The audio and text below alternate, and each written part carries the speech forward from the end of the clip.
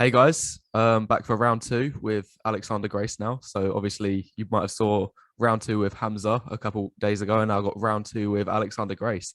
And today's discussion is going to be all about monogamy. I know a lot of people like to talk about that in the comment sections of my videos and Alexander Grace's videos, monogamy, polygamy, everything like that. I know that polygamy is like a massive online trend, well, not online trend, real life trend that's like growing in the modern dating market. So this conversation is going to be all about those kind of issues. So I'm just going to give Alexander a quick chance to introduce himself for anyone who may not be aware of his content. So Alexander, I'll leave it to you.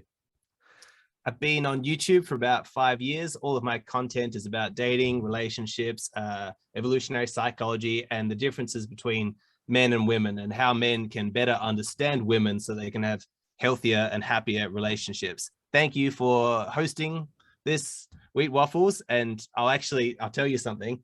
In my 5 years on YouTube with my channel, this is the first interview I've ever given. I've never done this before, so there's a special privilege for you. Oh, thanks a lot. I guess the pressure's on both of us then, because this is the first interview I guess I've ever hosted. Because all of the other times, this I've joined somebody else's either pre-recorded video or live stream. So this is a unique experience for both of us. But anyway, I'll jump in with the first question to avoid wasting any of the audience's time. So within this community, I believe it is widely regarded that the main benefits of monogamy fall into the hands of the women in a society. And the main argument for this is being that without monogamy, a man, after passing on his genes, has no obligation to hold up his end of the bargain and provide for his offspring. He is free to walk away and go about his business. Therefore, monogamy ensures men will be there to protect, serve, and sacrifice for the long haul in order to raise well-nourished children. What are your thoughts on this argument? Are you mostly in agreement or disagreement? Do you agree that the main driver of monogamy being introduced is for this reason?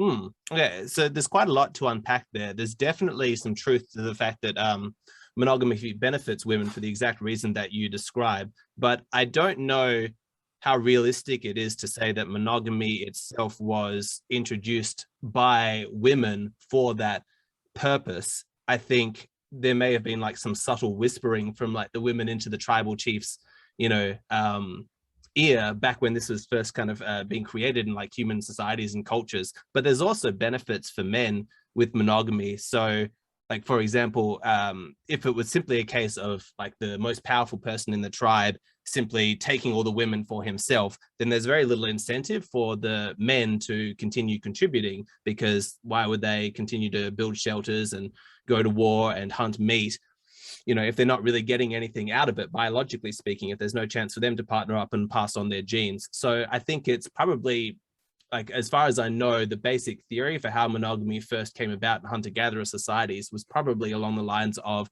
this is the best way to incentivize every person to feel like they were contributing to the tribe because the tribe was contributing back to them, to make them kind of invested in their community. And monogamy is the most participatory, if that makes sense.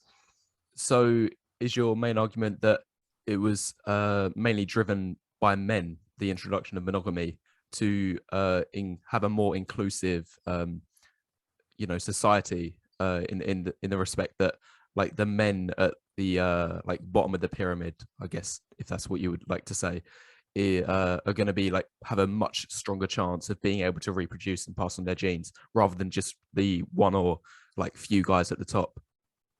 Yeah, it's not as simple as it was driven by men or it's driven by women, but like, let's think of it in terms of evolution, in evolutionary terms. Let's say there's 100 tribes existing in a valley in like the African plains or something like that. And some of the tribes have a polygamous system where one man has like 50 wives and then all the other men are expected to serve, but they don't get anything out of it in return. Well, how good are workers are they going to be? How enthusiastic hunters? How much social cohesion is going to be within that tribe? Is that cultural structure actually going to be successful in advancing the interests of that particular tribe?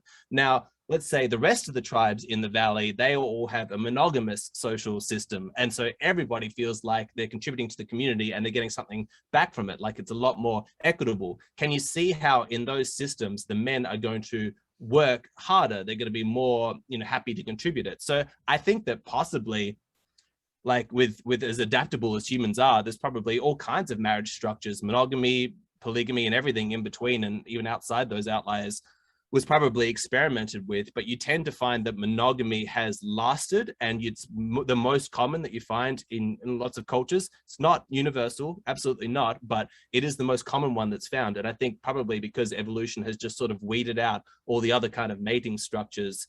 And then, of course, what happens is that evolution takes over and goes, we need to start adapting our brains in order to incentivize what's been working on for social cohesion and things like that. So it becomes a self-reinforcing mechanism. But to say that it was necessarily men or women that drove that, I don't think you can think of things in that simplistic of terms.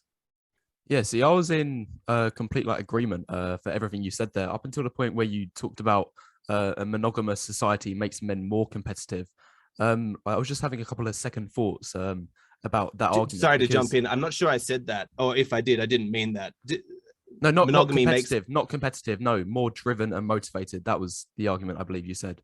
Because, but I was just having a couple of second thoughts about that particular argument, because, in my opinion, if you're in a polygamous society where only the men at the very top of the pyramid are able to reproduce and pass on their genes, surely that would drive man to become, to work even harder to like reach that top 10-15% of guys who is able to like dominate the dating market in that particular tribe.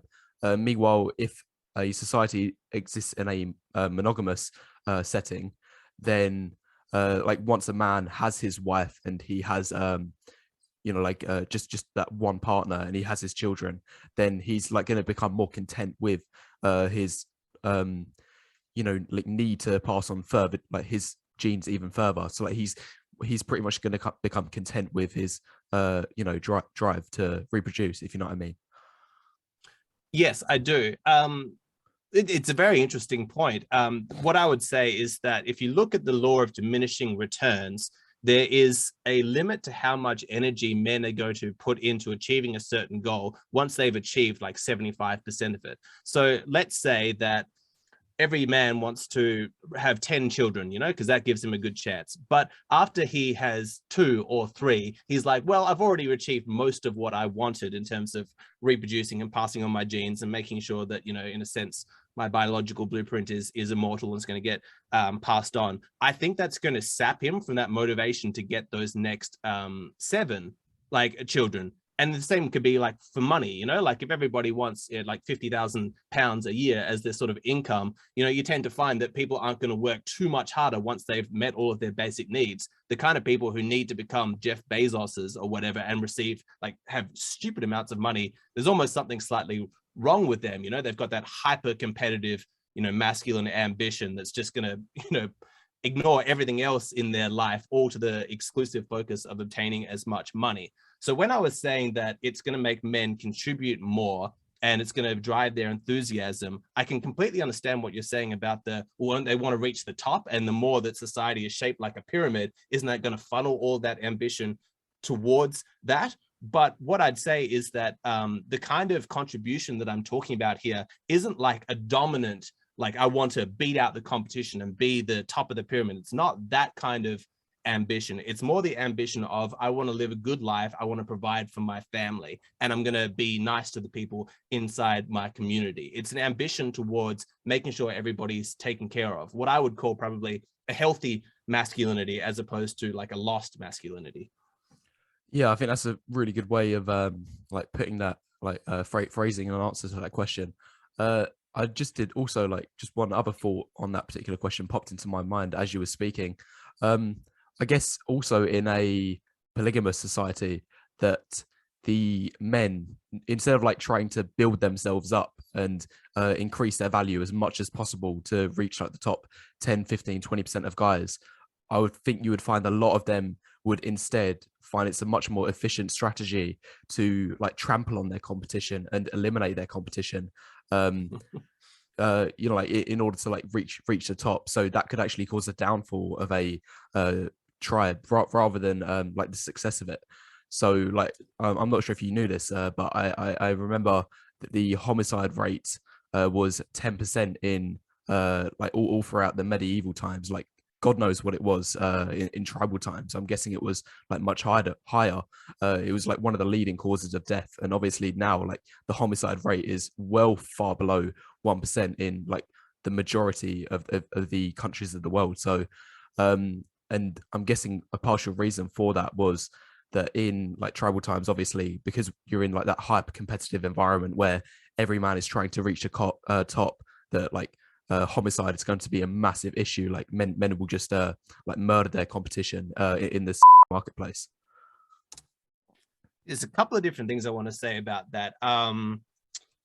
So the first I'll say is that your point about it incentivizing negative behavior, like taking out your competition, is exactly right. And I think it reinforces the example I gave earlier about the 100 tribes in the valley. The ones that are polygamous are going to get phased out very quickly. They're not going to be the most successful tribes because it's going to incentivize the worst kind of behavior, you know, viewing all of your fellow men as competition, as people to be gotten out of the way. You'd also see a lot of like affairs and infidelity, which tends to happen in polygamous situations. Like I read earlier this year, Holly Madison's book. She was one of Hugh Hefner's girlfriends. You know who Hugh Hefner is?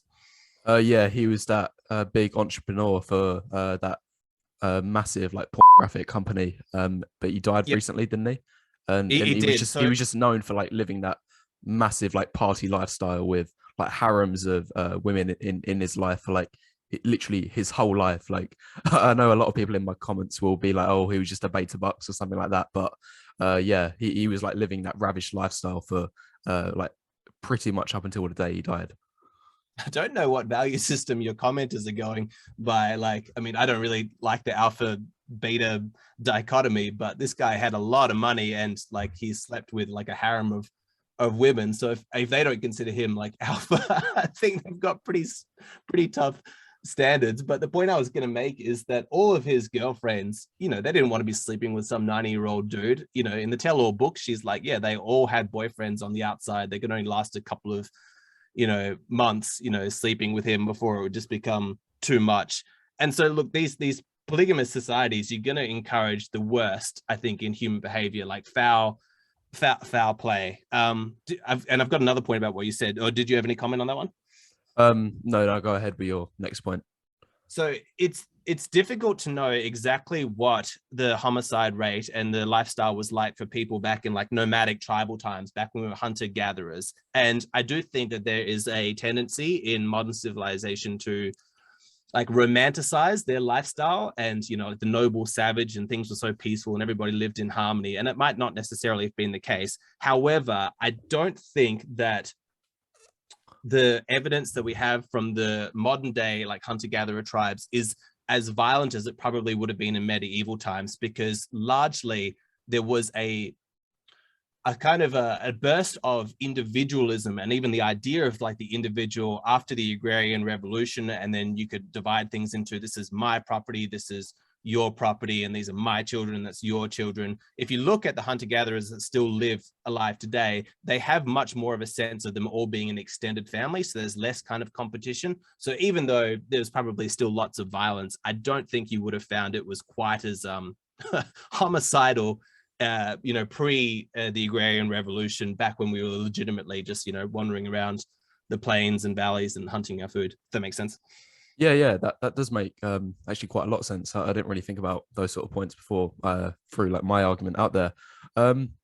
It's going just on to, sorry, I'll just jump okay, in really quickly. It's one of those important distinctions that people do fail sometimes to make sense, is because there's such a huge difference between human beings living in the last 10,000 years and human beings who live for like the 200,000 years before that time. It's a completely different style of living. Now, perhaps our coding, like our biology, hasn't changed that much. You know, evolution can't work that quickly, but the environmental circumstances that we're born into, when there's like taxes and governments and cities, is so different to how it used to be when you're just sort of wandering around as a hunter-gatherer. And so you can't extrapolate lessons from one set of cultural circumstances to the pre, you know, agrarian cultures. And so it's just a good thing for everybody to know.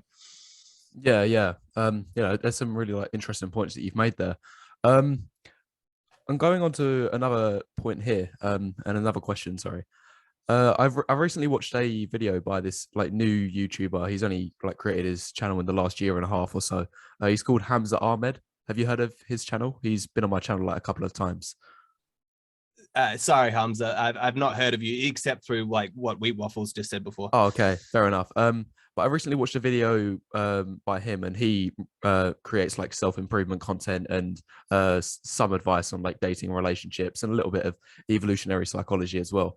And one of the points he made in his video about monogamy, that his main reasoning for why it was introduced is that it was introduced by men to prevent women from being promiscuous. And his reasoning went as followed. So he said, like in every religion, or at least in the vast majority of religions, promiscuity in women is seen as like a massive, massive negative. Like it's in every religion, well, pretty much like the mainstream ones, such as Christianity, that you had this idea of the Virgin Mary, who was like she's seen as like the saint of, or like a massive, massive figure in like the Christian community, that she gave birth to Jesus as a virgin, and like that's a massive like sort of principle being taught within that religion, and it just kind of highlights this idea of purity and like a woman being so purity of a woman, like having a like not being promiscuous and ideas such as that. So do you think there's like truth to that argument that monogamy was introduced to like prevent women being promiscuous, and the main drivers of that was men? Yeah, I think there's truth to it. I just I think it's dangerous to start like trying to find like the primary cause or the single cause, like there's so much that goes into this kind of stuff, and it's possible that each culture arrived at monogamy, the ones that did, for different reasons. But I will say that there's certainly strong elements of truth in Hamza, is that his name? Yeah, his name's Hamza. In what he's saying, because men are paranoid about paternity uncertainty with good reason. Like I have a video on my channel that people can go and look up. It's called The Dark Truth of Women's Concealed Ovulation. Like, you might not know this, but women, like humans, human women are amongst only, I think, 6 species out of the 5,000 plus mammals on the planet where it's not obvious when they're ovulating. They've concealed it. And the evolutionary psychology, the research on this is quite clear. The reason why women developed the capacity that men can't tell when they're ovulating and when they're not is so that they could more easily cuckold their monogamous partners and go sleep with Mr. Good Genes, have his baby, but then convince Mr. Chump Provider guy that the baby was his all along. So deception about who the father is actually built into the design of the human body, the human female. And so men are, of course, terrified of this. There's no bigger sucker in biological terms than raising another man's child. I mean, it's not funny. It's really not. Paternity uncertainty is a horrible thing. It's just that when you're talking about like the religion and the focus on purity, it struck me as funny because I'm like, yeah, like men are so terrified about being made fools of in this regard that they'll even invent whole religions and gods and this whole mythology and this metaphysical, scripture and things like that in order to justify trying to keep women from being promiscuous. That's how scared we are at a biological state. And I just hadn't really made that connection before. But whether or not that's behind, why we're so strict on monogamy, that's debatable. But I think there's definitely there's merit to that argument at the very least. Yeah, I think you might get a few angry people in the comments on your remark about saying inventive religion by man, but it's besides the point anyway. I just found. Do you mind if I address that really quickly? Yeah, go on. Love you, Christians. It's one of those weird things where the people who reach out to me, and I have some dedicated Christians on my Patreon, and they'll talk to me about their religion, and they'll, I just find I get on so well. We have so many of the same values. So please, thank you for giving me the chance to say this. Like, I personally, I don't believe in your religion. I'm an evolution guy. I'm a science guy, but it is nothing but respect. Okay, yeah. Thanks for clearing that up. I just found the first point that you said about, what is it, the ovulation. What was it referred to again? Like suppression. Concealed ovulation. Concealed ovulation. Yeah, I just found that unbelievable that very thing like is within the like design of the human like evolution. I just found that unbelievable. And I remember like seeing a couple of other studies like on this. It's called the dual mating strategy, that when a woman's on the ovulation part of her fertility cycle, that she is more likely to be promiscuous, sleep with a high quality mate. Like, and do you even see this like nowadays? So women are more likely to go out to nightclubs, bars, like go out with like the other girls in the group to look for a short-term hookup partner. Meanwhile, for the other 3 weeks of her ovulation cycle, then she is more likely to be interested in the less masculine, like more beta provider sort of person, I guess, if that's what you would call it. Have you heard up on those studies as well? Oh yeah. I find that absolutely fascinating. And I love talking to women about that kind of thing, because it does such a good job of demystifying our behavior and kind of reducing our confusion and the mystique around all this attraction and sexuality, when you actually demonstrate like, okay, cool, like here's a study that showed when women were ovulating, here's how their behavior changed. And some of the women find it incredibly funny. Like they're like, oh my God, that's so true. They have a big laugh about it. But I find maybe like 1 in 10 women or so gets really offended, like the idea that, their behavior and their choices can be reduced to biological impulses and things like that. And the thought that they'd be more likely to stray or be attracted to a different type of man. They strongly deny it, which is always funny to me, because so many of their sisters have completely dobbed them in and been like, oh yeah, that's definitely us. I'm curious, have you ever spoken to women in your life about those studies? I'm curious to know what their reactions have been. Not about those particular studies, but I have spoken about like a few other like horrifying, well, not, I guess if that's what you want to call it, horrifying studies to do with like evolutionary psychology with women, but not those ones in particular. I advise you, give it a try, bring it up in a Yeah. conversation if you can do it seamless. And everybody listening, that's a really funny one. Like hopefully maybe you'll put like a link to the study or like a video you've done covering it. Like get familiar with the talking points and then have a conversation with women about that one. You'll have some fun. It's a fun conversation. Yeah, I'm not sure if it is the like sort of conversation I want to be leading women down. I mean, I might create a few aggressive terms with them, but it might be interesting, like if I'm just talking to someone casually. In a sense, you could think of it as giving women a biological out. Like I think a lot of our behavior, and this is true for men too, like our indiscriminate sexuality, our violence, some of the stuff that men do is really quite awful. But when you understand the biological impulses and the reason why evolution positively selected for something, I actually think it has the effect of reducing some of the stigma that surrounds those behaviors. And so if there are women who are feeling a little bit ashamed about the fact that, God, once a month, they're just craving to go to the club and hook up with some dude, they don't know what comes over them, actually saying like, hey, I understand the impulse. You don't need to be ashamed about the fact that you have that. Here's the biological evolutionary reason why you're feeling that way.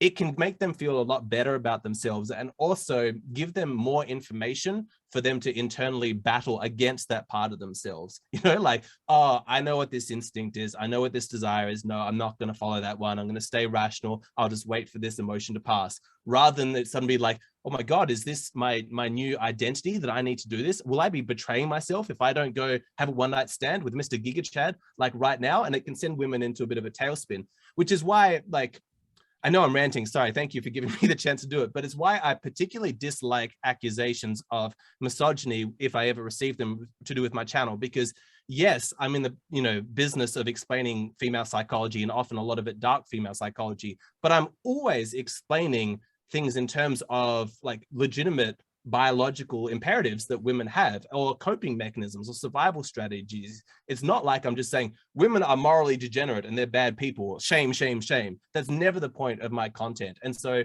I can understand your reluctance to bring this up with like the women in your life, because you think you might get a really antagonistic response. But my advice to you like I found this to be very, very successful, is if you can do it in a genuinely non-judgmental way. Like if you genuinely don't feel judgment about it, it's just an interesting thing to discuss, women will open up to you and you'll find out some really interesting shit. Like people sometimes ask me, Alexander, where did you learn like the information that you present on your channel? What book should I read? And the honest truth is that a lot of it's just things I've been thinking about, but most of my raw data genuinely comes from conversations from women. And people doubt the truth of that because like women will never tell you the truth. They'll just sort of lie to you. And I'm like, man, you've got to learn how to speak to women. If they sense that you're being judged, they'll shut down, they'll clam up, they won't tell you a fucking thing. But if you can generally provide like a safe space for them because you're not feeling judgmental, they'll open you up into their world because they're desperate to talk about themselves. Women love to talk about themselves. You just got to know how to get it out of them. Yeah. Oh, I've got so many things to cover, so many thoughts just like rushed into my mind, like just based on like all of the things that you just said. I'll try to get through all of them. So the first thing you said about was having conversations with women about like the differences in between each sex and the evolutionary reasoning behind that, or like even the changes in the modern dating market today. So I remember as soon as you asked me about like, have you ever had these sorts of conversations with a woman? I remember last night I had one conversation exactly like that, and I did like kind of get an aggressive response from it. And we was talking about the divorce rate, how it's skyrocketed in the last like 50 to 100 years. Like, I'm not sure if you've seen the chart, but it's like a hockey stick. It's just gone like rampant in the last 100 years. It's went from something like 5% to like over 50%. It's just crazy. And I remember explaining the reasons for like why those things exist, for why the divorce rate has skyrocketed in the last 100 years. And I believe the main reasons is because 100 years ago, obviously, a woman divorcing her partner, it would like the implications that it would have for her children is that they would either like be taken away from her. She like I'm not sure if you've heard about this, but in the UK, like as little as 50 years ago, there was this concept known as forced adoption, like where if a woman was pregnant for an unknown pregnancy, then she would be forced to like give up her child. Like I was just shocked. Like I didn't even know like that was a thing in like the modern world.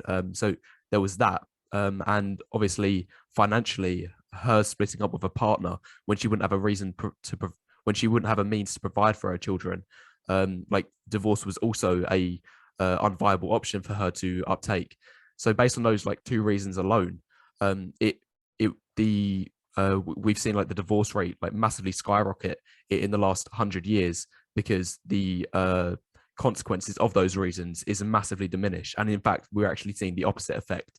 The financial potential after divorce nowadays is so massive, and in some ways like even a net positive for a woman, like because obviously the like divorce courts are so strong, and a woman can get like massive sums of money and income from after like having a divorce, especially if she's had children as well.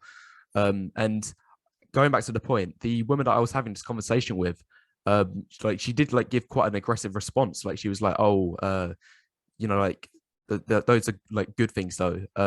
Like of course, like it's unfair for a like society to like forcibly take a woman's children away from her if she can't financially provide for the children."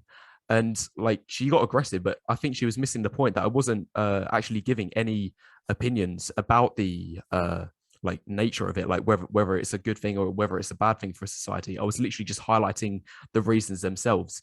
But even just explaining the reasons, explaining the science, explaining like why we are seeing the trends that we are, that was enough to like elicit a aggressive response. Like if I did make some opinions such as, oh, things were so much better back then, like women didn't have any power, and that was a good thing for society. Like if I made those sorts of remarks, then fair enough. Like I would have understood like her aggressive reaction to it. But I didn't even say anything like that. I was just highlighting the reasons and the trends that we are seeing. But that was enough to like elicit an aggressive response. And I remember, I think this is I've been rambling on for like quite a lot in the last couple of minutes or so, but I remember I've seen quite a lot of situations like that in your older content where you used to interview women from like beaches and college campuses and so on, that you almost get like two different faces from the reactions that you get. You'll get the women that like just understand that, like you just explain these different things, like these different concepts, and think like, oh yeah, that's true, yeah, that does happen. And then you'll get other women who like just turn a complete like negative head to it. They're like, oh, how dare you say things like that? You shouldn't say things like that to me, like especially if you don't know me in depth. Like, why are you having these conversations with me? Do you kind of get what I'm saying? Yeah, sure. Do you have a question? Yeah, so I was kind of just, well, I don't really have a question, but I was just like branching on from the point that you was talking about, that like sometimes you get these aggressive responses from Mm. a woman, like after having like these conversations with them, irrespective of whether you are having, like you're making bad opinions or judgments about somebody or not. 100%. So like with those old interviews, there did come a time where I was like, okay, it's not necessarily a bad thing to have some aggressive responses for the sake of content. And so I would sort of let it go like a little bit more. When I first started off, I would, socially calibrate to try and make things as calm as possible, because I generally found that the calmer I was and as non-controversial as I was coming across, the more honesty I would get, and the more, I think, maybe truth you'd actually get from women. Like, again, what I was saying is women would volunteer the truth about what there are going on when they sense that this is a sort of judgment-free zone.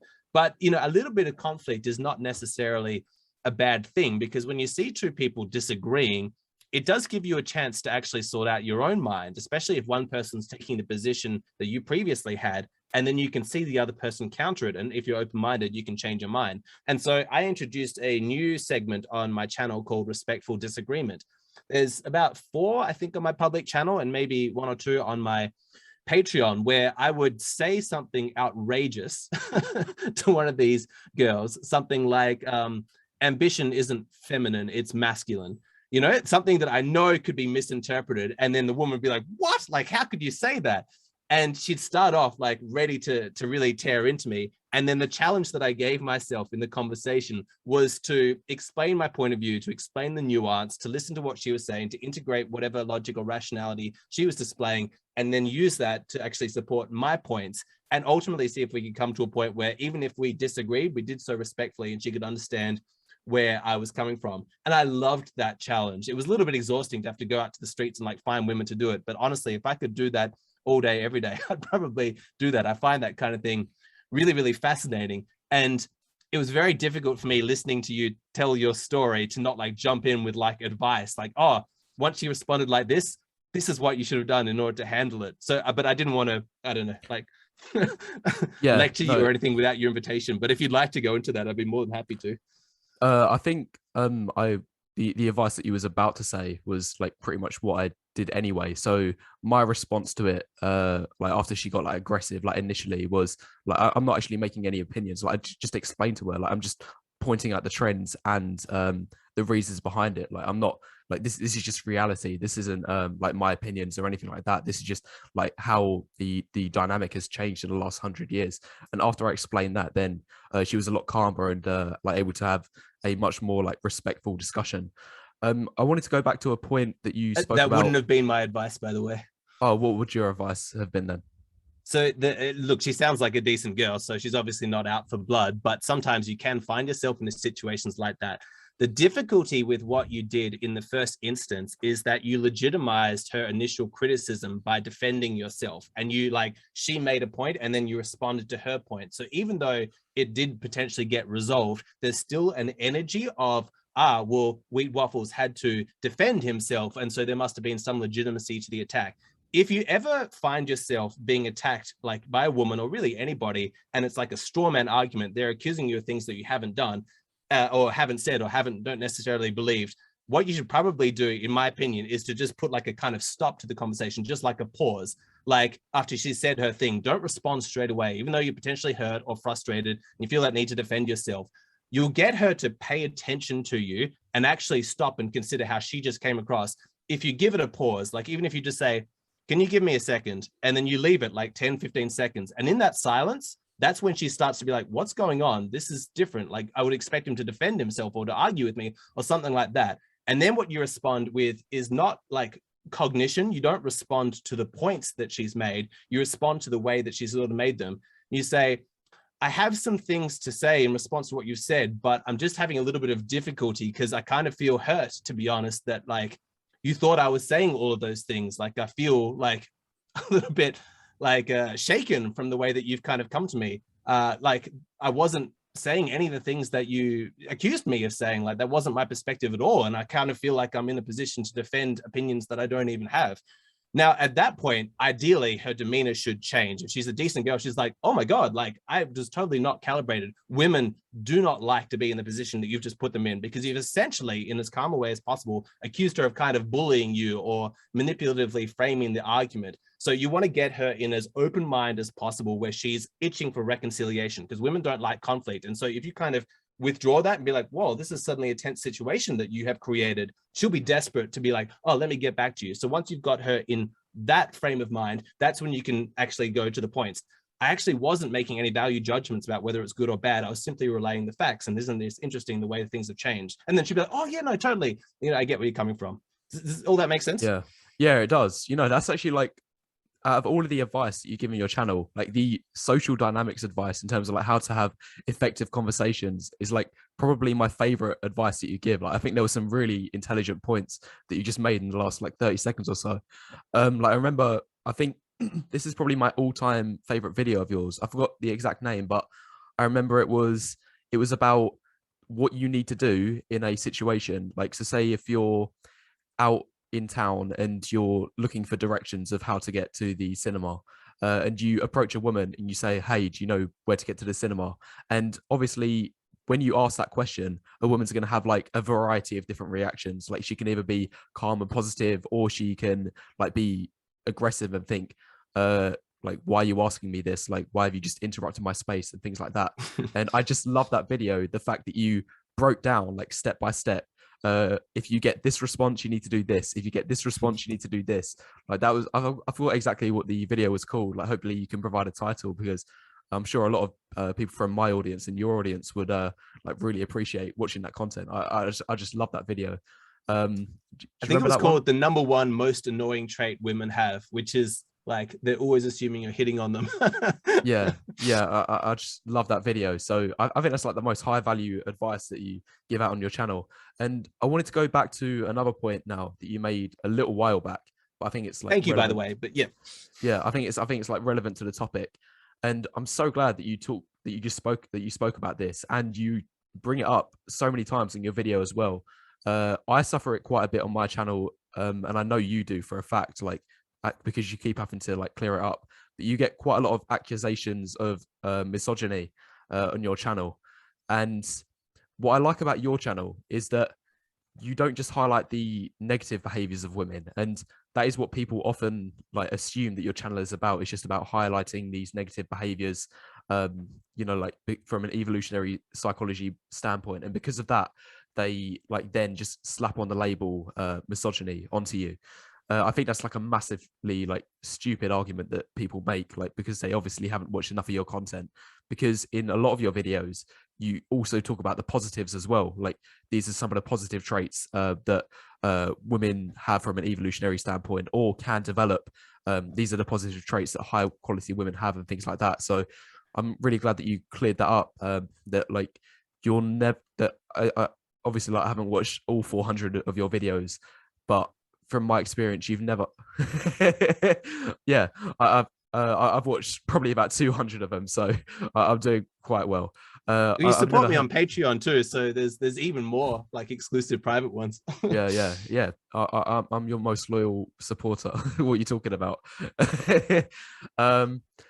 Yeah, so but I've never seen you in any of your videos like make like rash opinions like that are just like hateful or misogynistic. Like, it's always from a objective standpoint with the studies and science to back it up, and you're merely just like highlighting the facts. I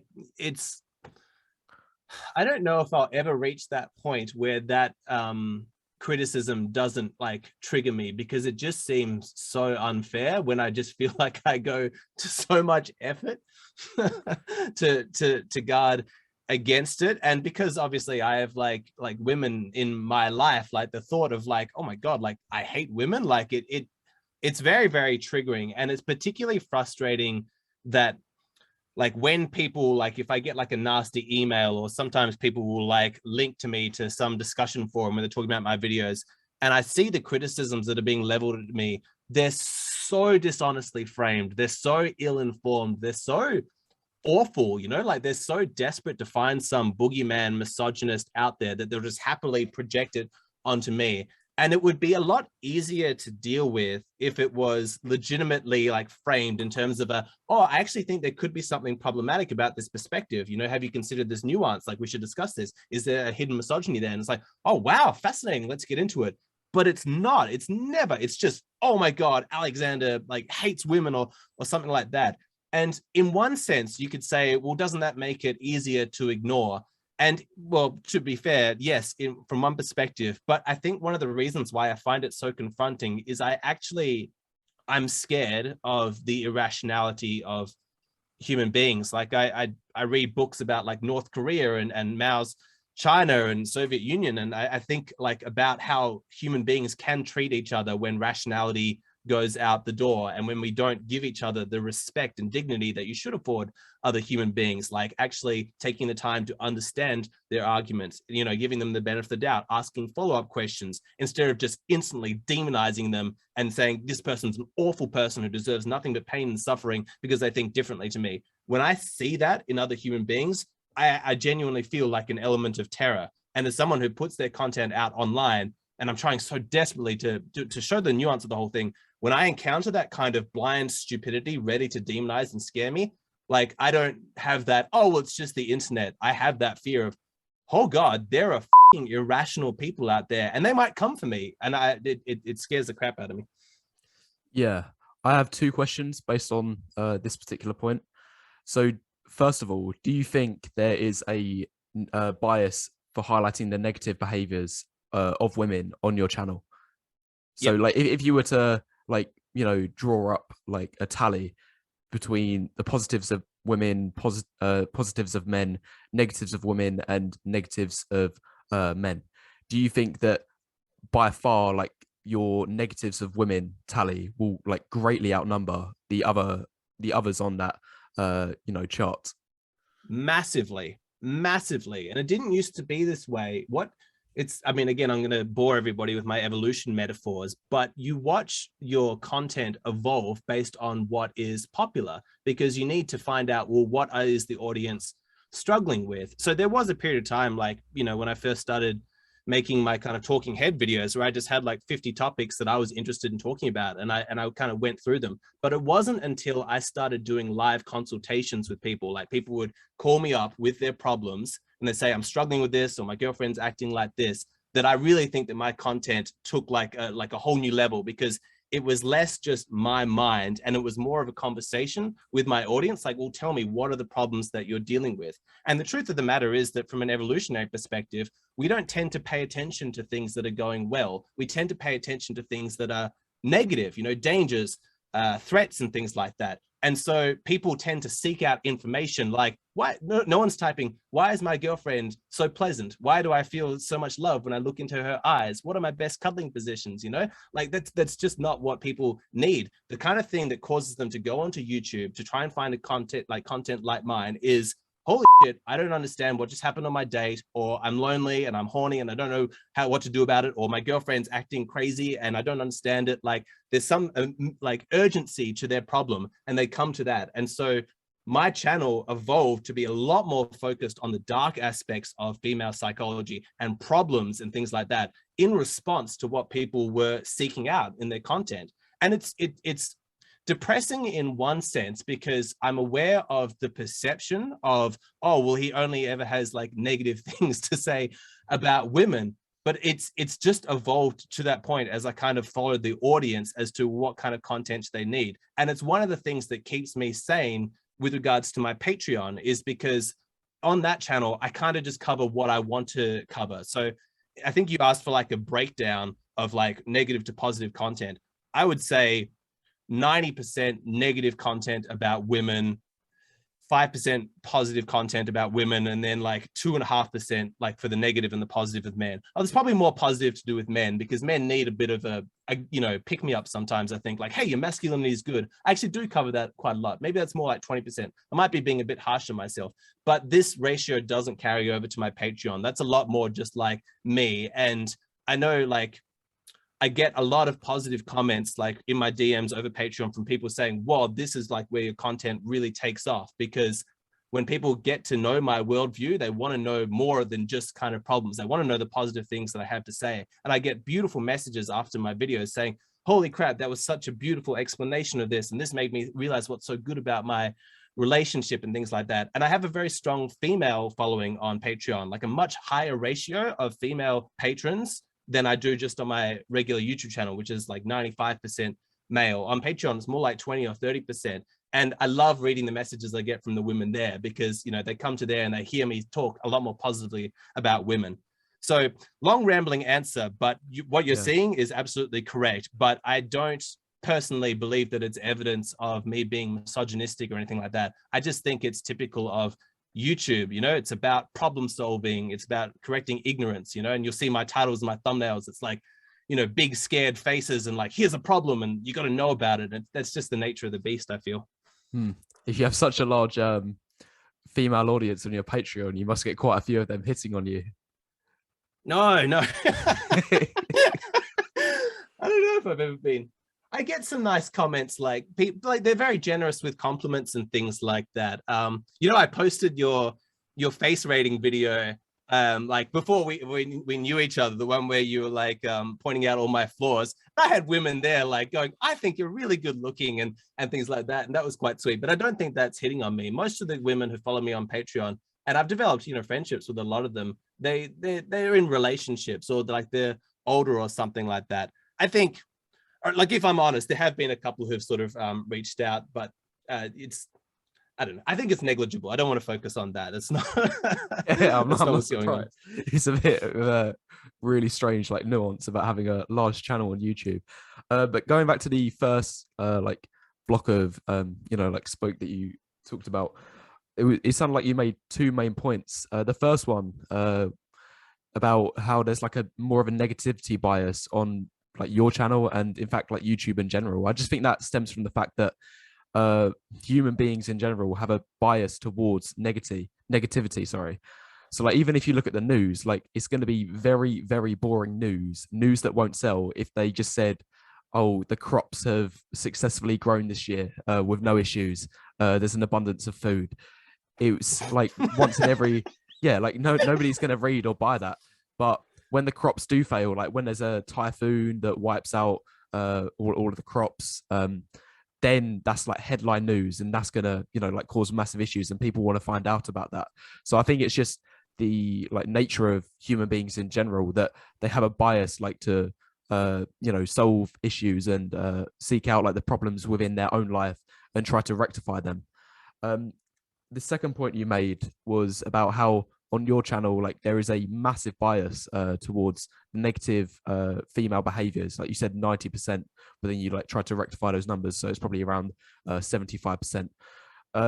Based on that, do you think that it is a valid argument then when people not necessarily a valid argument, but do you think it makes it easier for people to slap on that misogynistic label to yourself and your channel because there's that huge bias towards highlighting the negative female behaviors? Yeah. And I think that it's got enough credibility as an argument that I think that there is a responsibility on me to make the points as often as I can, you know, as often as I can in my videos, to point out the nuance, to walk back, you know, some of those things. Like I wouldn't feel good about creating content that did just completely shit on women and only presented the negative. Like I said, a lot of it's more covered in my Patreon, but you'll notice in my videos, particularly more towards the end, I'll be like, all right, now I've just gone through all those problems, but here's some of the nuance, here's some of the exceptions, here's why you don't need to be angry about it and walk it back. So I think I think that there's enough credibility that it does actually create a responsibility for me as a creator to make sure that that's not the ultimate takeaway from it. I would imagine that people who just look at like my thumbnails and my titles might have like a very negative view of my content, because it's specifically designed to like shock, you know, to be like, oh my God, you can't say that, you know, to click on it. But hopefully my hope is that in the actual content itself, like once I've got you through the door by appealing to those evolutionary mechanisms of like, whoa, what's going on with the thumbnail and the title, you'll actually see that the content itself is reasonably balanced and rational. Yeah, I 100% agree with that. And I've even spoken about this on my own channel, that it's just the nature of YouTube that the thumbnail and title in particular is supposed to be extreme, sensationalist, clickbait, and you know, like project like one extreme point of view, because that it literally gets more views, it gets more impressions, it gets like more watch time and everything like that. So like that's just to get somebody through to the door. But then once you actually get into the nitty gritty of the content, then it is important that you're not extreme and like you are like giving rational and based arguments. Exactly. I'm just yeah. Sorry, I just want to finish up on that point. Do you mind if I just speak quickly? Yeah, go on. So I just think like, and I'm not looking for a pity party or anything like that, but I don't think people who don't do this work on YouTube actually understand what this like. And I have a very quick story just to demonstrate this, because it's not like I enjoy the fact that YouTube is like that. I've kicked and screamed and fought against it for so long, but just to drive the point home, about 4 videos ago, I released a video, and on our YouTube Creator Studio, it tells you what ranking your video is based on how many views it's getting compared to the previous 10 videos. And my video was 10th out of 10. And I was really proud of the thumbnail, really proud of the title. I was like, yeah, this is a really informative, educational title. And then the video was bombing. And I was gutted because, God, it was such a good video, you know, like I'm biased, of course, but I was like, I make so many good points. I really want people to see this one. And so I changed the title and I went to bed. And when I woke up, it was my #1 video. And you know what I did? I changed it from a positive sounding title to a negative sounding title. Exact same video, but it went from my worst performing to my best performing. And just before anybody like criticizes YouTubers for playing that game, do you see what's at stake if you don't? You know, I'm not going to die on the cross for like I'm not going to be a martyr for the causes of super accurate titles. I want people to watch the videos. And so if that's what's going to get them to click on it, I'm going to do that. But I won't sacrifice my integrity with regards to the actual content. You know, that's not going to be sensationalized. It's going to be rational. Yeah, I 100% agree with that. And that is like what I follow that exact model on my content as well. Like, and in fact, it's just so frustrating when people don't even watch like the content of my videos, but they just look at the titles and thumbnails and then make their judgments based on that. Like the video I released last month, like it got 100,000 views in the first week. It's like became like by far like my most highest performing video like that early on. Like most of my regular uploads will get like a couple 10,000 views within the first week of upload, but this like got completely blown out of the water. It got well over 100,000 views, and it was titled 8 Reasons Why Ugly Women Think They're a 10 out of 10. And I think it goes without saying that like obviously don't believe that literally, but that's the impression that like people get from the you know, the title and the thumbnail. But like if I was to create an honest, objective title and thumbnail, it would be something like, these are the 8 reasons for why women overestimate their attractiveness by like 10-15%. Like it would be something like that. But I deliberately like it's almost like a curse of YouTube that you are like, if you're a content creator, you have to sensationalize your content and make it seem extreme just in order to like just to break like the surface of like a you know, like getting noticed on YouTube, because otherwise it's just like dark feedback loop. And I've talked about it in one of my videos on like the way the YouTube algorithm works, is that it's so sensitive to the way the like impressions and click-through rate works, that if you have the click-through rate is like how many times your thumbnail is shown and how many people actually click on the thumbnail itself. And if you have a difference of like 1%, so let's say if you have a 6% click-through rate, then that means that your video like is completely blessed by the algorithm. You get hundreds and hundreds of thousands of views. But if you have a 5% click-through rate, then the video can completely tank and it will bomb. So and in order to get that extra 1% of click-through rate, like all it can take is just clickbaiting the title and thumbnail a little bit, like just to get the viewer interested. But then once you actually get to the video, it's the exact same either way. Like the video doesn't change, but the title and thumbnail changes, and it can have a monumental effect on the performance of a video, such as the example you just highlighted, where you changed the thumbnail and title, and your video blew up overnight, despite the video being the exact same as it was before and afterwards. Yep, 100%. Though we should move on to another topic in case people criticize us for feeling too sorry for ourselves. Yeah, just talking about the performance of our channels. I did have one other, because we've been talking about this subject for like so long, then I forgot the other like point I was going to bring up. But I'll move on to one of the other questions that I have prepared already. Let's have a look. I think this will be a really interesting one. I've been meaning to ask you this for like such a long amount of time because I know how much you like to talk about it. Should paternity tests be obligatory on a man's request? Yes. Yes, really. I'm really surprised you gave that answer. I thought that you'd be in disagreement. I thought that you would say like a woman should be able to, like have control of her own body. That like she's entitled to like not be interfered by an external like instrument to find out like the paternal father of her child. My God, what content have I released that's led you to believe I would think that? I'm very concerned. From my experience, I think that you're I'm not 100% sure like why I thought this, but you give a more like liberal perspective on your channel. So I thought that you'd maybe like disagree with what is it, the like force like paternity tests. But like I'm interested to hear your reasoning for why you think forced paternity tests should be allowed. I mean, fuck.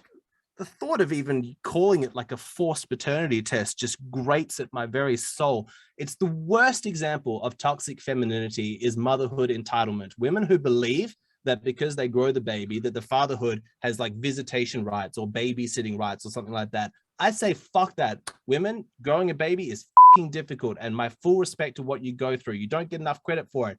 But the moment that you exclude the father and claim that he doesn't have any rights because he didn't grow that baby, you are indulging in the worst kind of toxic femininity. I'm 100% support. Not even like, for me, it should be a default. As soon as the baby's born, there should just be a mandatory paternity test like done as one of the routine tests. I can't see any justification for not being that way. Whatever arguments women have against paternity tests, I think are bullshit. I've never heard a single one that I thought had any ounce of credibility. As far as I'm concerned, it's only propagated by women who want to get away with cheating men in the worst possible way that you can cheat a man. I have no sympathy for it. Any, to be honest, like, sorry, I know I'm emotional and I'm triggered right now, but if there's like any women out there who would argue against this point from me, you would probably encounter an Alexander who's not particularly rational. I'd be quite emotional from it. I find it extraordinarily dehumanizing that any women could possibly object to this. I may have triggered you a little bit, but I may be about to trigger you. I may be about to trigger you a little bit more. One of the most convincing arguments I've heard in favor of being against forced paternity test, is the element of trust. So like on an individual basis, if a man is so obsessed with wanting to get a paternity test for his wife and child, do you not think that like it's borderline like an accusation of the woman cheating? Like if he's that adamant with his wife getting a paternity test, it's almost an accusation of him saying that the woman is cheating or has cheated on him in the past. Can you see the truth in that argument? No, it's total bullshit. That's just like, not at all. That's just like, perhaps because it's so embedded in our culture, there are probably some people listening to this right now who are thinking, yeah, that sounds reasonable. But I'm telling you, the reason that sounds reasonable to you is because you have existed in a female-led paradigm where the values of the woman have been elevated as super special and the needs and interests of men have been denigrated to the point where that would seem like a legitimate argument. A woman's like a bit upset, like, oh, he doesn't trust me, and like there's going to be a verification process, compared to a man getting fooled and wasting his life raising another man's child? Is there any comparison that you could possibly make between the two of them? I also don't find any legitimacy with people objecting to things like prenuptial agreements and stuff like that. We need to take the specialness and the uniqueness and the romanticism away from relationships and bring it right back down to the biology. I'm not saying that love and beauty and companionship aren't totally real things, but at a core level, you can't just enter into these massive life-changing arrangements like raising children and getting married without having a modicum of, you know, predictions about what's going to happen in the future if things go wrong. Maybe we should be sensible about this. Maybe we should talk about whether or not, you know, the assets that I have when we bring into the marriage should be split equally. You know, can we have a discussion about that? Maybe we should talk about like, hey, I'm a little concerned that this child might not be mine because they have black hair and we're both blonde, you know, like. Sorry, just to interrupt there, like, do you not think that very insinuation of you saying, of a man telling his wife, hold on a second, I don't think this child is mine, do you think that's not going to be heartbreaking for the woman? Okay, Like, so this saying, is why how dare you doubt like my you know, obligation to stay loyal to you? How dare you doubt that? Could you not see I can how understand that, argument? but also understand every single woman who did cheat and had someone else's baby is also going to react that exact same way. How dare you doubt me? And so this is why I would say you don't have it be something that is granted upon a man's request. It should just be standard as part of every baby that's born as one of the tests that's done. I think that's probably a better solution, because if that was the case, then there wouldn't be any argument about, oh, you've broken trust. Because if it was a standard procedure anyway, then obviously, like, the woman wouldn't be able to accuse the man of, you know, like doubting her trust. However, Yeah, just look, based like, on. Sorry, just like think of it from the prenuptial agreement example. Obviously, if a man says, hey, before we get married, I need you to sign this prenup, there's going to be like a feeling of, oh, don't you trust me? And isn't this going to be forever? But that's why I'm completely in favor of taking the stigma out of it. I think that every single couple that wants to get married and have it recognized by the state, they should have some kind of formal appointment set up with, hey, this is part of the procedure of getting married. If you're going to enter into this relationship, which the government has special rules for, we do require that you chat with one of our solicitors or whatever to talk through, like, what are your legal rights? What are your assets? Would you like to have a prenuptial agreement? We have these contracts like as a default that everybody kind of writes up, but we're happy to make alterations, you know.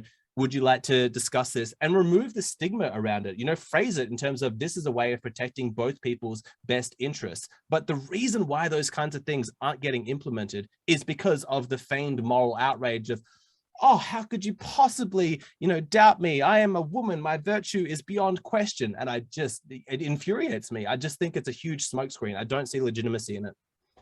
Okay, fair enough. It'll be a bit more interesting than what your opinion is on this question, because this is, I guess, related to the topic that we've just spoken about, but a bit more lighthearted. It's not as serious as. Thank you. Obviously, like, yeah, it's not as serious as you know, like, whose baby is whose, like, did that person cheat on me or anything like that. But is it ever okay?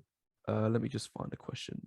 Is it ever okay to look for a partner's phone if you, for example, if you suspect he or she is cheating, or this is the interesting part of the question, is it okay to ask for permission to look for a partner's phone?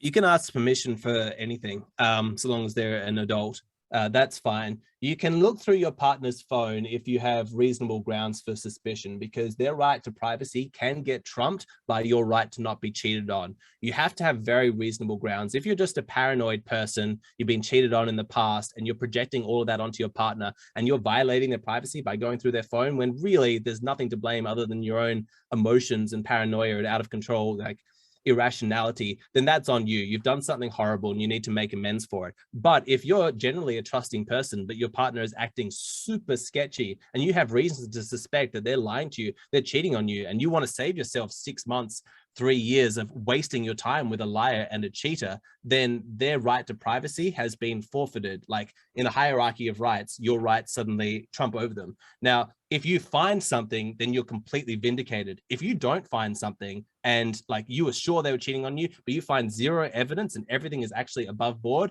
then you were in the wrong. And then you need to reevaluate. You need to be like, oh shit, okay, I think I might be a paranoid person. I have trust issues. I'm going to confess to my partner what I did. I'm not going to defend myself. I'm going to ask for help. I'm possibly going to seek out therapy, to try and work on my issues, because I can't do that again. I've just done something really horrible. So it really depends on what you find. If you find something, well then, fucking good thing you checked.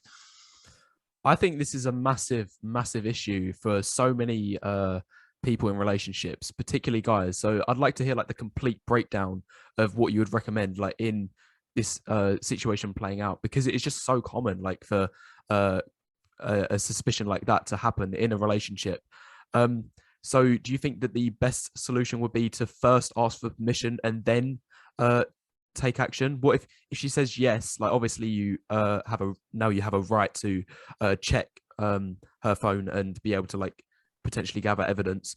How about if she says no? Do you think you should then go look anyway, or do you think you should obey her her answer to the question to say no? You should respect her privacy.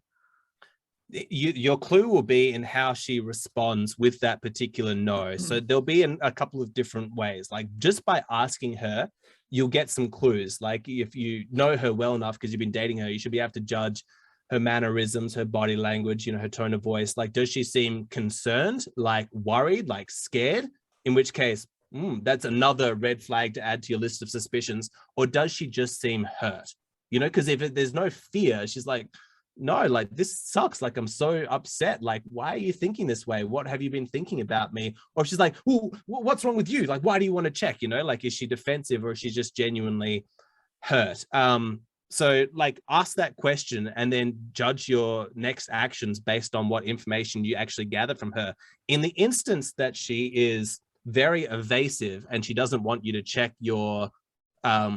check her phone, the contents of her phone, you can put that off for the moment, because there's a bigger issue right in front of you, is that you just don't trust her. And you need to have a conversation about that. Like, look, I know this is a horrible thing to say, but you're going to say, you don't trust me and that's a fault with you. And holy shit, I've just realized I don't. We need to fix that. We need to work on that. Where has my trust gone? Is this an issue with me? Am I projecting past insecurities onto this current relationship? Or have there been things going on in our relationship that have genuinely caused me to lose trust? Like, remember that time you lied, or that time you didn't show up and I didn't know where you were? And like, we need to actually go through these in order to reestablish that trust. Yeah, I think that's like all completely sound arguments. So if the woman gives a aggressive response, you recommend like that is an issue that potentially needs to be resolved, and there might be trust issues within the relationship. However, if she gives like a genuine, like heartfelt and hurt response, then like there could also be an issue there that you may have misinterpreted her behavior as potential means of cheating when it could be like completely disingenuous. But I guess a truly manipulative partner would be able to identify the ideal response to give. So if a woman was cheating and she was hiding her phone, once you do pose the question to her of, oh, can I look through your phone? I suspect you're cheating. Then she might identify the ideal response would be to like give a really heartfelt and hurt response, such as, how could like this is not right. Like, why are you asking me this? Like, I'm really hurt about this now. Like, because it sounds like you don't trust me. We do. Okay, so this is a slightly tough one because like, I think I have a slight bias, because as a man, my interest is in people and is interested in psychology and relationships and communication and things like that. And so there's probably a slight arrogance that I have of, fuck, I would be able to tell. Like, there's no chance that somebody would be able to be in a relationship with me and to spend all their time with me and then to secretly be having an affair with another person, and for me not to be able to realize something was going on. But for some guys who are really, they're interested in sports or, engineering or whatever like that, and the things like social skills and interpersonal relationships, that's not something they've dedicated as much time as I have. They might not be able to pick up on the signals that their partner is giving. And so I need to be very, very sensitive to that. But I don't think that it's realistic to say that a narcissist or a really manipulative, horrible, toxic, low quality woman is going to be as sophisticated as you just imagined. Like, we don't want to elevate these women and give them more credit than they deserve, as if they're genuinely that clever or that powerful. There's a kind of dumbness, almost like a simplicity to a narcissistic person. Like, I can't imagine them being clever enough, if you were to confront them with something like that, to genuinely act hurt and to do that whole song and dance. The typical thing for somebody who's that, callous, is that they have an incapacity to feel any kind of shame or guilt. And so when they feel that, their instinctive reaction isn't to change track from, oh, I'm feeling guilt, but I'm going to represent that I have a different emotion. That requires an incredible psychological complexity and sophistication that these narcissistic type women don't have. What they're going to do is, there's a presence of guilt and shame here in this room, but I'm not going to take ownership of it or responsibility of it. I'm going to project it back to you. I'm going to make it your problem. You're the one who's making me feel this way, and there's something wrong with you. So they're not clever enough to change the emotion. They just change who the emotion belongs to. Does that make sense? So I think in most cases, unless she's a really, really, really smart girl and is really practiced at this stuff, you're going to be able to tell, because you're not going to get a genuine response of hurt. You're going to get blame and anger from her and making you feel like you've done something wrong, in which case, yeah, that'd be way more suspicious then. Yeah, I think that would be a really, really unique case, and I agree with you that like the woman would have to be like highly intelligent, like top 1% of smarts, to be able to like identify that level of manipulation and what would the ideal like response be in that situation if she was like genuinely trying to cover something up and like avoid all like sense of blame and responsibility. But as you say, like that would be a really unique case. But for the general people watching like this video, like most of their examples are going to be like a genuine response where she is either like aggressive and like projecting the blame outwards towards you, in which case then you do have a genuine reason to be suspicious, or the other option, which is the harmless option, which if she is genuinely hurt, then you might think that she is telling the truth. I've really enjoyed that conversation. I think there was some like really high value content again. Like again, it goes back to what I was saying earlier, that my favorite content that you make is like the like actual advice where you break down step by step like the different like paths and scenarios playing out, and what you should do if this happens, what should you do if this happens. I've got a few more questions left. Like I think we've covered everything on that particular topic. This one's similar to like the relationship sort of advice. What's your opinion on rebounds? So when a man and a woman split up, and the woman or the man sleeps with somebody else within the first couple of days after the breakup, potentially with somebody, no. Do you think what's your opinion on that? Sorry, is it a cop-out if I say I don't really have much of an opinion on that? Like, I can see that it could be good in some circumstances, it could be horrible in other circumstances. Like, could just make you feel that much worse. If you've just given up like a really good relationship and then you have some cheap sex with a stranger who was drunk at the time, you could be like, oh my God, what the hell am I doing with my life? Like, what direction am I going? But on the other hand, if you've invested 5 years into a girl and it turns out she was a lying cheater, and you think, God, I'm never going to love again, there's no world outside of me. And then you meet some sweet girl, you hit it off, and you have like a rebound with her. Suddenly it could prevent you from doom and gloom and despair, make you go, God, my life isn't over. It could be positive. So I have no explicit opinion objectively on rebounds. It's entirely due to the circumstances. Do you think, I think the main argument people present there though, is that if you are in that situation where you've had a 5-year relationship and then you suddenly have a rebound the next day with somebody else, do you think that's not a bit unfair on the person that you've slept with the day after? Because she might be thinking that the intimacy that you've had with her is a really special thing and like is so precious. But if she finds out the information that you were in a 5-year relationship and all of a sudden you've just slept with her like the day after, would she not like think, oh, the only reason you've now had intimacy with me isn't like because it's actually some pure and precious thing? It is just a means to cover up your own hurts and insecurities and damage that you've suffered in the last like recently after the breakup. Yeah, definitely. Although I think that the argument there is less about the merits of rebounds and more just about honesty. Because if you're honest with her, then there's no issue. She consented and all that. Whereas if you withheld all that important information and you used her in that way, then you're a dick. But again, it's not about rebounds. It's just about honesty. So do you think if that does happen, if a man does find himself in that situation, if he is planning on having intimacy shortly after a breakup, it is that woman's right to know about that breakup and how long the relationship lasted? Or do you think it is fine if he keeps it a secret from her? Mm, I don't think people are necessarily entitled to all of your like backstory and things like that. It's just such an individual question. I think I would probably feel quite reluctant to prescribe any kind of like moral rule that could cover all situations. I appreciate that might be a little bit of a cop out. Let's say that if she asks questions, you do have something of a responsibility to either say to her the truthful answer or say, I would prefer if we didn't go into it. Is that okay? In which case, if she proceeds, knowing that you're withholding things from her, at least that's kind of on her. Does that make sense? Yeah, it does. Yeah, I can tell like this sort of question is a bit nuanced, and obviously like we are trying to make like generalizations here for the audience, and you don't necessarily feel like that comfortable answering this question, so I'll move on to something else. Yeah, I genuinely don't think that there's an objective answer to this one. Yeah, You could do it in a positive way, you could do it in a negative way, and so yeah, sorry. yeah. Um, right, this question, I think you'll like this one.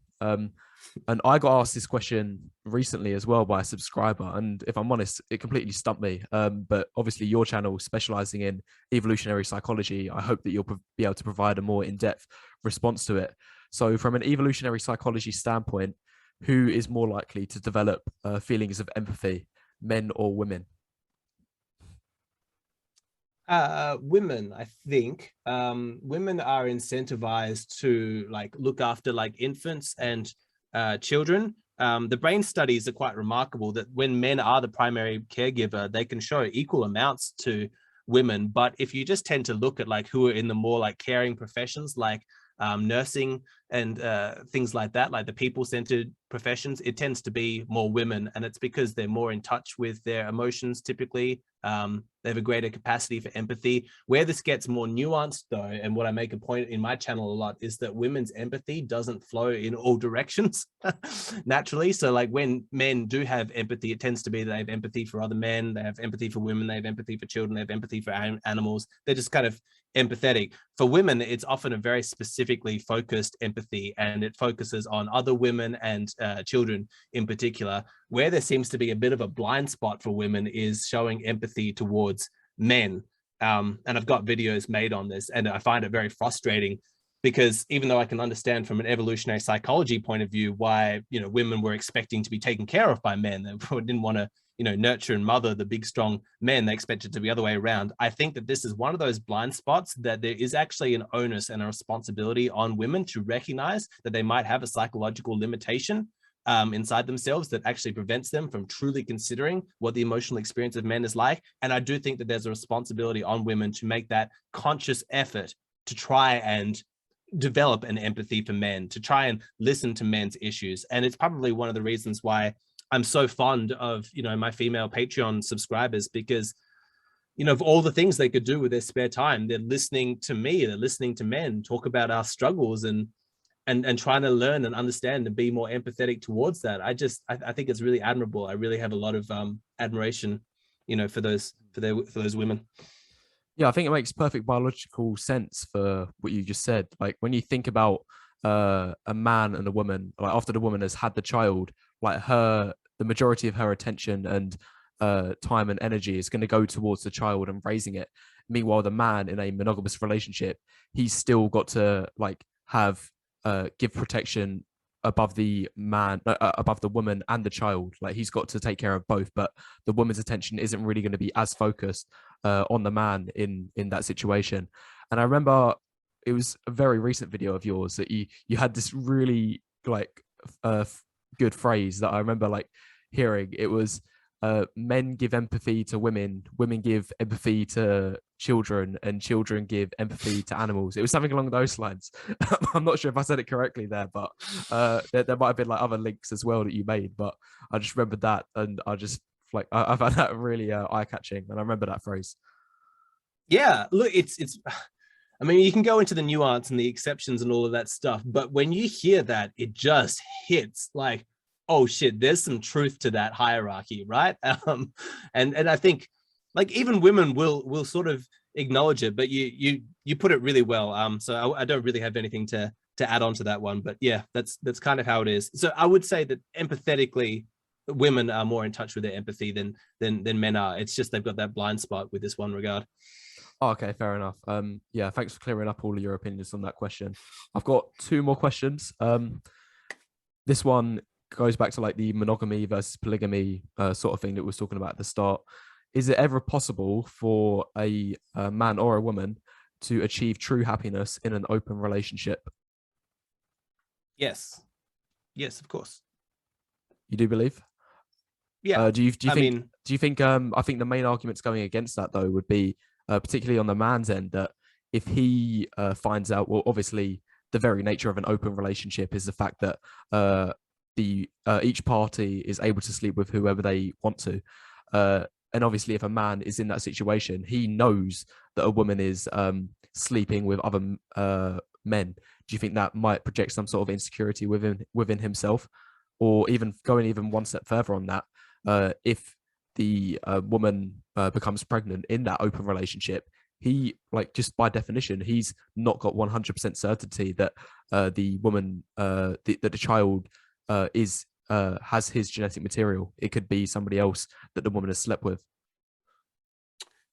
So far in our conversation, whenever I've referred to cuckoldry, it's been in the very negative sense of men. It's being done without their consent or their knowledge, but you'll probably be aware that it's not the sort of thing we tend to talk about in public, but being cuckolded is actually a sexual kink for some guys. It's a fetish where some men enjoy seeing their partners being, actually manhandled by like other men, often like stronger guys with bigger dicks and things like that, and they get off on it. So my answer to your question, is it possible for people to be happy in an open relationship? I didn't mean for that to be like, oh yes, and it's encouraged and this is common, it's regular. No, for the most part, yeah, that's not going to work out. But just allowing for the massive variety in individual psychology in humans, of course you will find a certain percentage for whom are just wired a certain way, or they've had such unique circumstances growing up that have meant that jealousy is not that big of an issue for them, or whatever it is an issue, there are other issues that are solved by an open relationship that they're willing to fix it. And within that minority, there will be some misery from people who are trying it and they're like, oh God, this doesn't work for me at all. But there'll be some success stories. And I'm 100% encouraging of that, not because I think that it's ultimately going to work, but because it's so useful for us to have more data. The more people who are trying open relationships, the more like we learn about whether or not it can work. And there are absolutely happy couples out there, or thruples, or pods, or whatever the polyamorous people are calling themselves these days. And there are also heaps of failures. For the most part, I'd say if we were judging this as a scientific experiment as to whether or not polyamory is a viable mating condition for men and women, like for the human species, the evidence that we have at the moment, I would say probably points to no.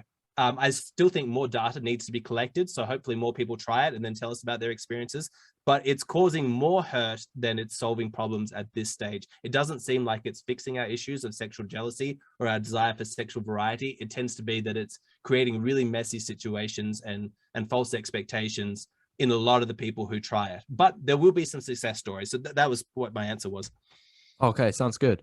Oh, this question just popped into my mind, and it sounds like a bit of a contradiction because you mentioned at the start of that point that you're gonna have a certain percentage of guys, like really small, like let's just say 2-3%, whatever, who have this kink of cuckold, like they want to see their woman with other guys. To me, that makes zero evolutionary like psychology sense for a man to have that particular kink.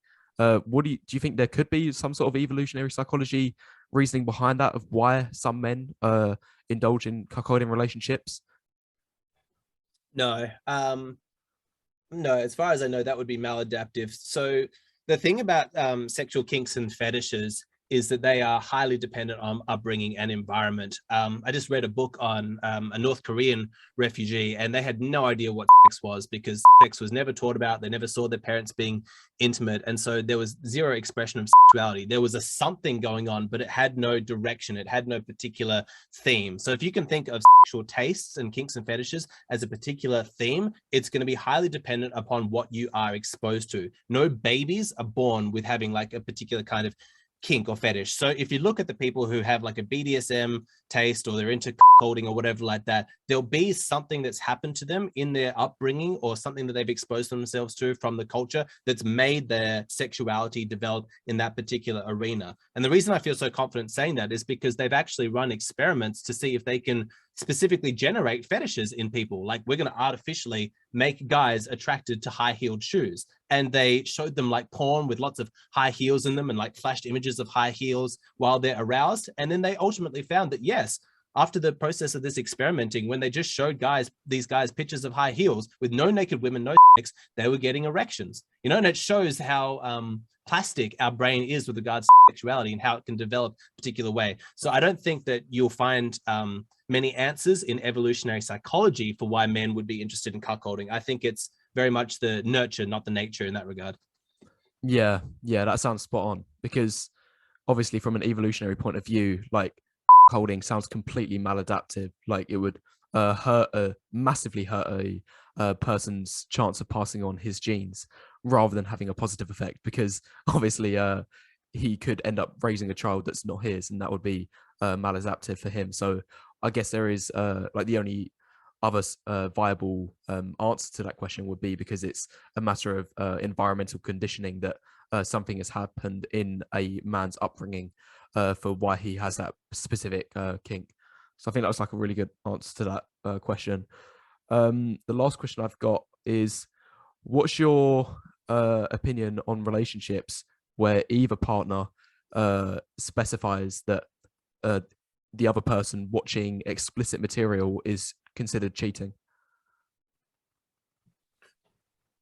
So this is kind of going back to the topics that we were talking about beforehand about trust and things like that. Do you think it is a viable argument for somebody to make, saying that you shouldn't watch explicit material because like you're getting off to somebody, to some other people that's not that person? That is a really good question to end this one on. That's a really, really good question. Ultimately, my perspective is, oh my God,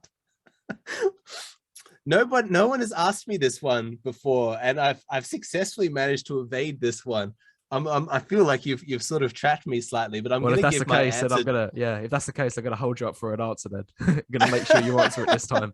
If you've been avoiding it all this time, I'm gonna give my answer to this one, but I think it's gonna show my bias a little bit. But here's the question: is what are we actually meant to do with male sexuality? Like, let's consider the fact that men have such an intense sex drive, so intense. Like, well, as a society, how on earth are we meant to deal with that? You know, especially with so many men being single at the moment. Like, what is the solution? Like, is it to create cultural memes that celebrate promiscuity so women will sleep around a lot more? Well, that's certainly been tried to limited success. Is it sex dolls, you know, so that men can plastic silicone and get their jollies out that way? Is it legalizing prostitution? I think there has to be some recognition that simply shaming men for having their sexual urges is not going to work. In the same way that teaching abstinence wasn't an effective form of birth control, simply telling men that your sexual desires and the fact that you want to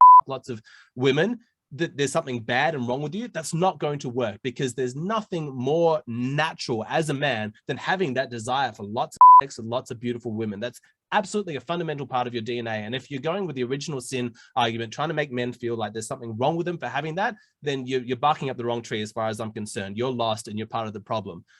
So is pornography a legitimate outlet for that sexual energy? And can you say that if a man has a monogamous sexual relationship with one woman, that should satisfy his sexuality to the point that he doesn't need to ever look at pornography?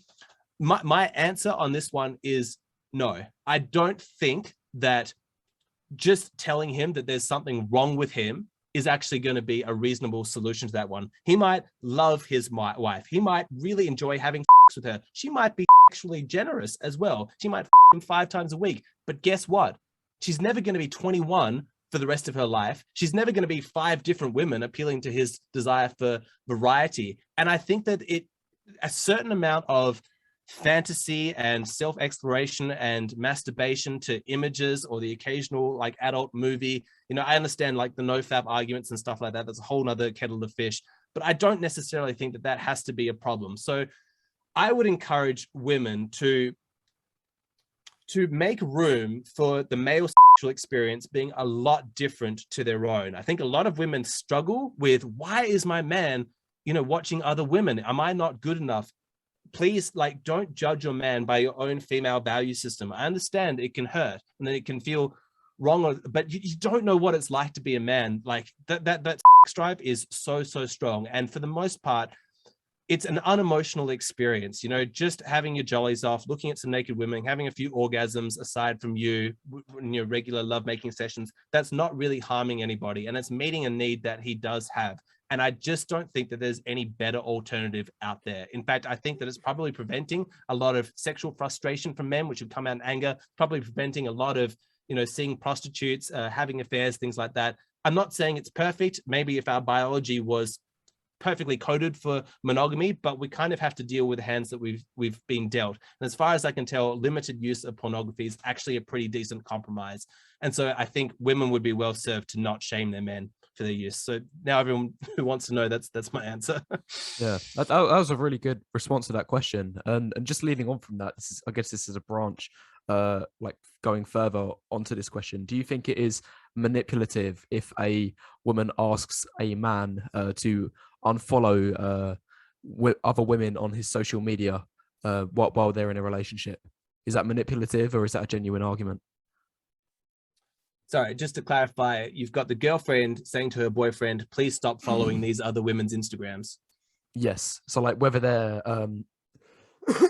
maybe like I guess you could break it down case by case. So if it's like a sexual partner that he's had, or if they're just friends, or if they're just like Instagram models that have like millions and millions of followers. Do you think any of those times it is acceptable for the woman to ask the man to unfollow those profiles?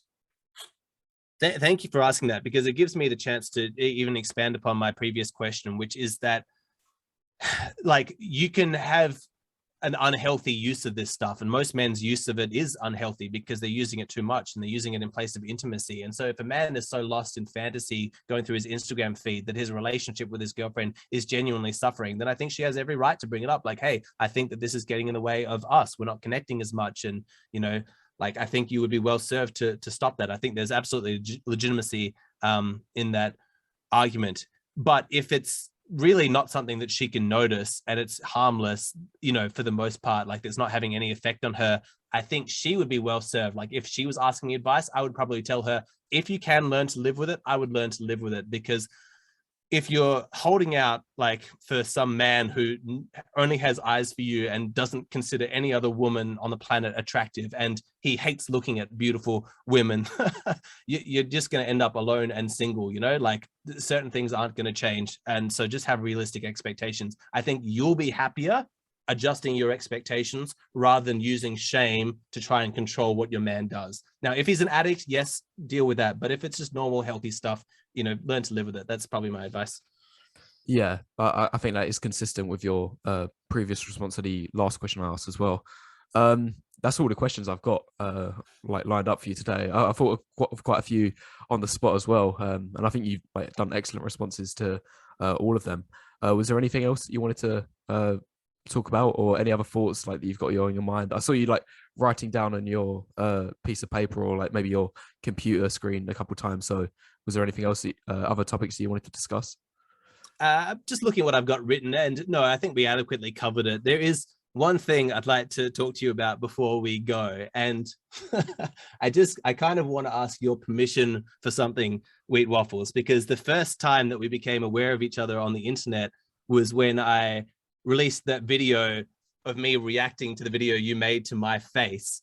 And I'm not happy with that video. Now that I've got to know you, I think about like the way that I interpreted and what I imagined your actual motives for doing it. And I'm like, God, it's wrong. I was so wrong. And it kind of bothers me that there are still people watching that video, getting not at all my accurate perception of what's actually going on. But I didn't want to do anything like sly and sneaky, or like being accused of unhanded, like unlisting the video or deleting it, you know, without anybody telling anybody. So I just wanted to ask you, do I have your permission to delete that video from my channel? I don't want people to see it anymore. I'd rather people watch our more recent interactions.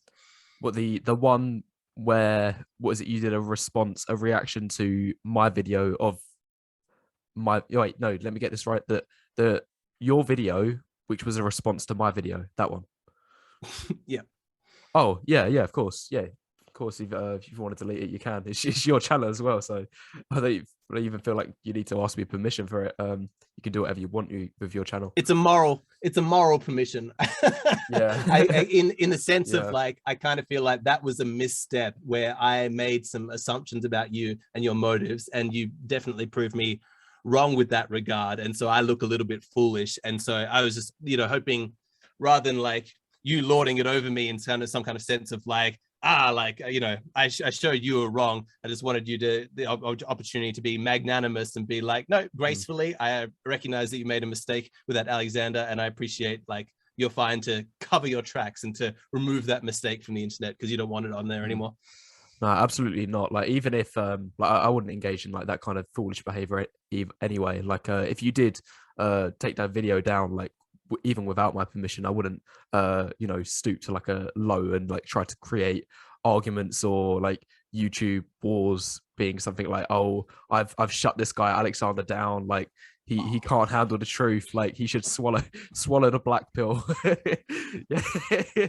He needs to, like, he's swallowing it, he can't handle the truth, he's shying away. Like, I would never do anything as irresponsible as that. So yeah, it's completely fine with me if you take the video down. I'm glad you've like I'm actually glad, yeah, that you've asked permission for it now, because I think the argument that you've made was quite good.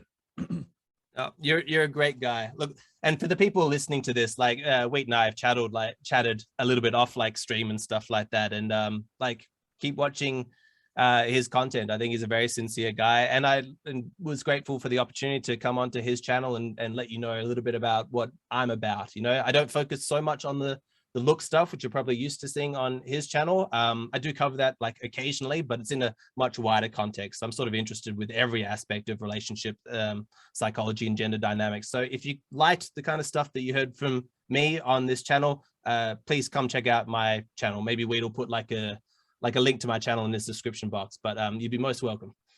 Yeah, I will do. Yeah, your a link to your channel will be at the top of the description box, and I'm sure like our channels like cross over quite a lot, like in terms of the topics we're speaking about. So I'm sure a lot of people will be happy to watch your channel if they're not already aware of it as well.